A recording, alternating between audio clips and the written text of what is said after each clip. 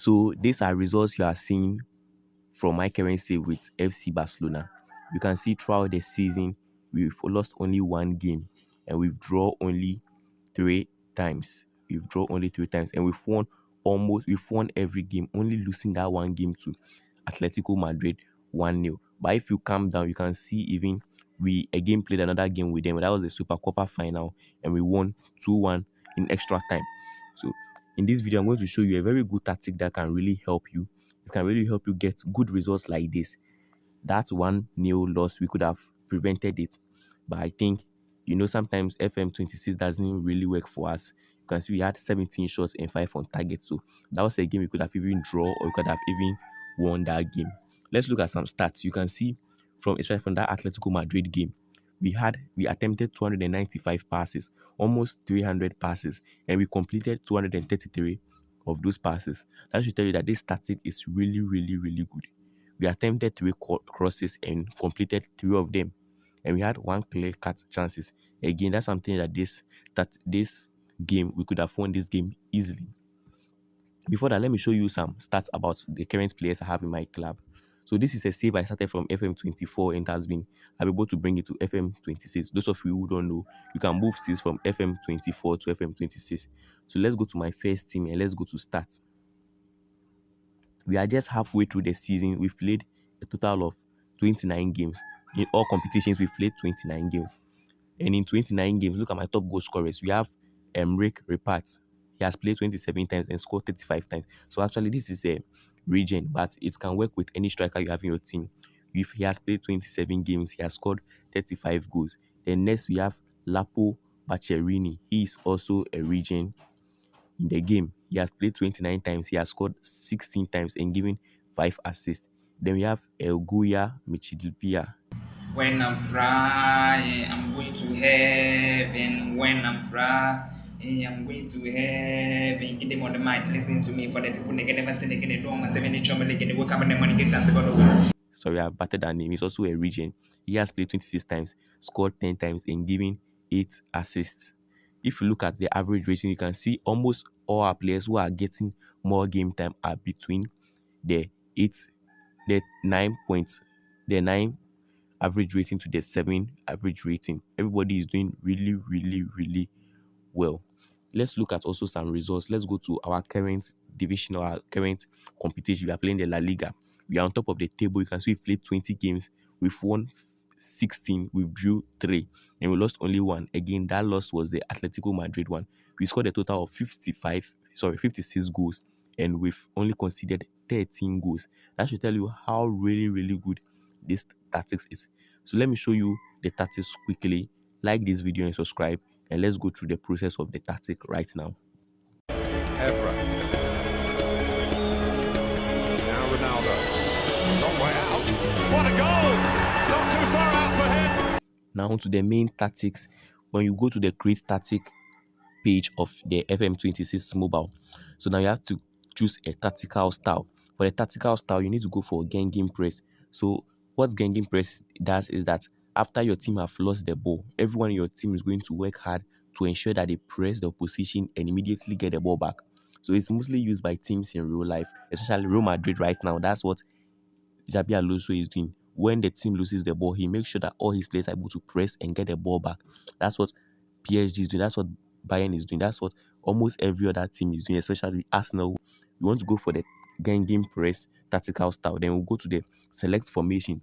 So for the select formation, we are going for the 4-2-3-1. I think that's already selected that. The 4-2-3-1, the one with the attacking midfielder or the shadow striker. So we have the 4-2-3-1. So after we've gotten 4-2-3-1, we want to go to confirm tactics. So now in the tactics screen, we are now going to begin getting our tactics ready. So first, for the goalkeeper, you will need a goalkeeper. So for the goalkeeper, you don't need maybe a certain role. It can be a goalkeeper or a sweeper keeper, but I recommend going for the goalkeeper because sometimes the defense can be higher the pitch, high like on top of the pitch, like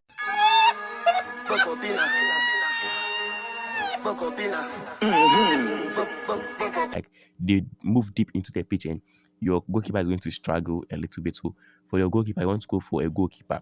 Then from the right, for your right back, you want to go for a full back.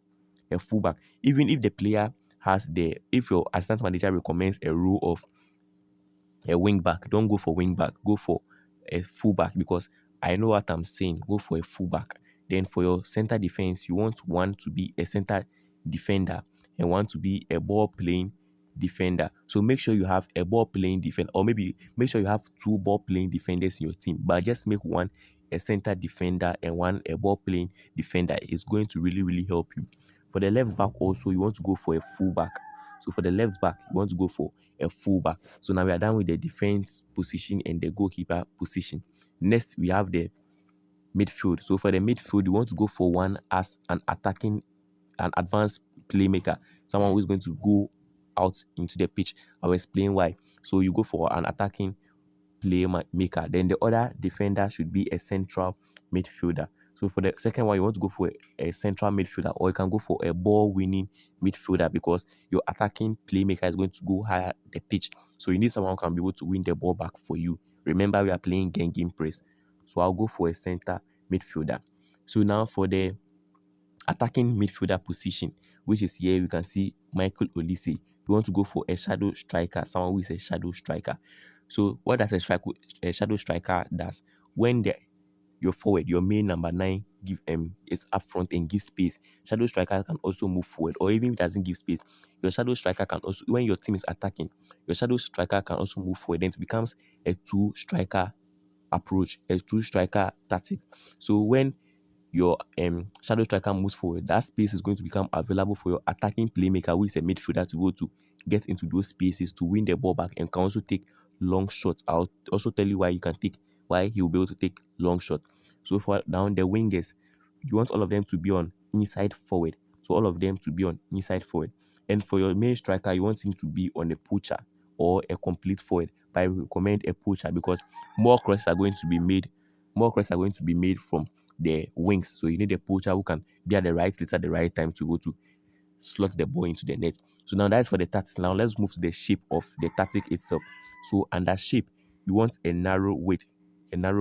You want a fast passing tempo and a creative freedom of expressive, because shadow striker is going to move forward, attacking advanced playmaker is also going to move forward. So they need to be creative enough, and also your wings need to be creative enough to be able to give in the crosses.